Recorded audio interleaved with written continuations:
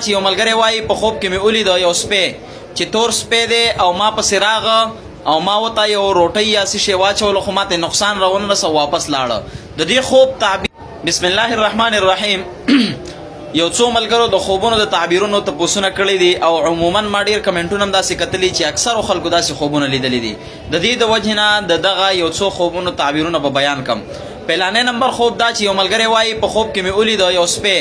چې تور سپی دی او ما پسې راغه او ما ورته یو روټۍ یا څه شی واچولو خو ماته نقصان راونه رسه واپس لاړه. د دې خوب تعبیر دا دی وروره چې دغه یو مصیبت په تا باندې راتلو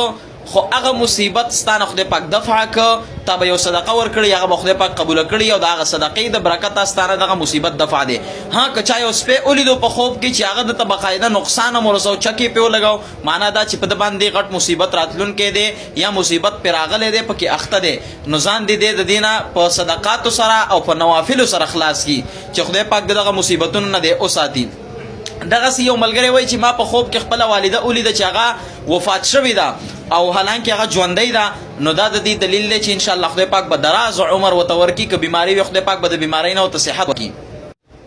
بل دا چې یو کس د خوب د تعبیر تپوس کړی وي په خوب کې خوږ څیز خوړل یا کجوري یا شهد یا داسې بل څیز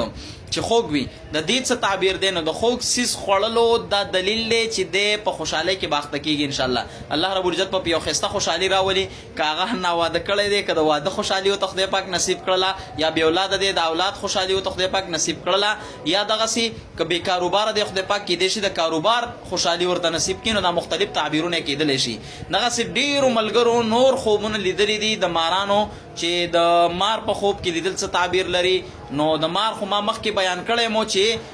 مار په خوب کې لیدل دا ښه تعبیر نه لري. ها البته که هغه مار نقصان ونه رسو نو معنا دا چې د دشمن په ده پسې لګېدلی خو انشاءالله خدای پاک به د هغې د شر نه بچ ساتي. که مار نقصان رسولی نو معنا دا چې هغه دشمن ده ته ډېر قریب شوی دی او ډېر ورته نږدې دی نو دی د ځان د هغه نه بچ کړي. بل یو ملګري ویل چې ما یو سپین مار ساتلی و او وایي هغه مار